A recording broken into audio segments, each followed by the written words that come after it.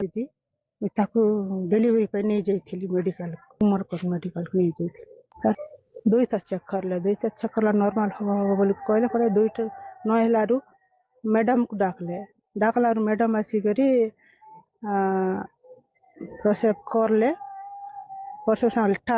ଟାଣିକରି ନ ହେଲାରୁ ସିଲେଇ ମାରିକରି ରେଫର ପଠାଇଦେଲେ ଡକ୍ଟର ସାଗରିକା ମ୍ୟାଡାମକୁ ତାଙ୍କେ ଆସିଲେ ଦେଖିଲେ ଆଉ ପ୍ରସବରେ ଟାଣି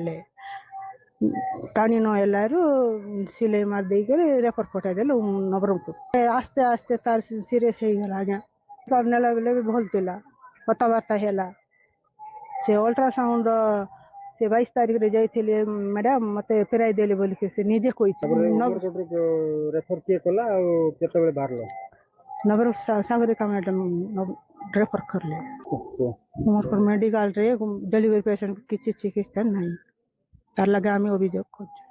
ସେ ନିଜେ ଅନ୍ୟ ଲୋକମାନଙ୍କୁ ତ ସାହାଯ୍ୟ କରୁଥିଲେ ପ୍ଲସ୍ ତାର ବି ଡେଲିଭରି ଅବସ୍ଥା ହେଇଥିଲା ତାକୁ ମେଡିକାଲକୁ ନେଲେ ବି ସେଇଠି ମେଡିକାଲରେ ବି ଡାକ୍ତର ଅସୁବିଧା ଦ୍ୱାରା ତାକୁ ହଦା ଅପରେସନ କରି ନବରଙ୍ଗପୁର ବିଦାୟ କରିଥିଲେ। ହଦାବାଡ଼ରେ ତାର ଡେଥ୍ ହେଇଯାଇଛି। ତାକୁ ସରକାର ତରଫରୁ ଟିକେ ଅନୁଦାନ ଦେଲେ ତାଙ୍କର ପରିବାର ବି ସୁଖରେ ବଞ୍ଚି ପାରିବେ। ତାକୁ ମେଡିକାଲରେ ନେଇକିନା ସରକାର ତରଫରୁ ଅନୁଦାନ ସାହାଯ୍ୟ କରିବେ ବୋଲି ମୋର କର୍ତ୍ତବ୍ୟ ଅଛି। ତ ଉମରକୋଟ ମେଡିକାଲରେ ଡାକ୍ତର ଭଲ ନଥିବାରୁ ପେସେଣ୍ଟ ଟ୍ରିଟମେଣ୍ଟ ନ କରିବାରୁ ତ ସେ ଡେଥ୍ ହେଇଯାଇଛି।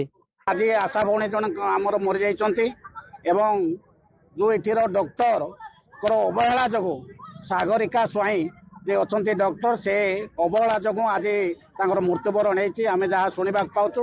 ତେଣୁ ତ ସେ ସାଗରିକା ମାନେ ଡକ୍ଟରଙ୍କୁ ଉଚିତ ମାନେ ସରକାରଙ୍କର ଯୋଉଟା ମାନେ ଇଏ ଅଛି 12 ଘଣ୍ଟା ଭିତରେ ତାଙ୍କୁ ୱାରେଣ୍ଟ କରିବା ଦରକାର ଅଛି।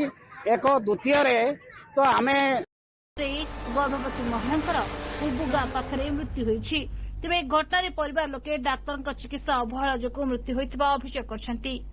ସେଟା ତ ଆମକୁ ମନ ଦୁଃଖ ଲାଗୁଛି ସାର୍ ଆମର ଭଉଣୀ ଗୋଟେ ଚାଲି ଯାଇଛି ଆମକୁ ଛାଡ଼ିକିନା ଭଲ ଯଦି ସେ ନ ଫାରିଲେ ଆଗରେ ରେଫର କରିଦେଇଥାନ୍ତା ଯଦି ନ ବୋଲେ ଆଗରେ ରେଫର କରିଥା ଏଠି ସିଜର ହେଉଛି ସାର୍ ସିଜର ବି କରିଦେଇଥାନ୍ତା ଯଦି ନ ହେଲେ ଆଗରୁ ରେଫର କରିଦେଇଥାନ୍ତା କାହିଁକି ସେ ପ୍ରୋସେସରେ ଟାଣିଲା আর নহেলা সিলাই মারিকিনা পটাই দেলা স্যার।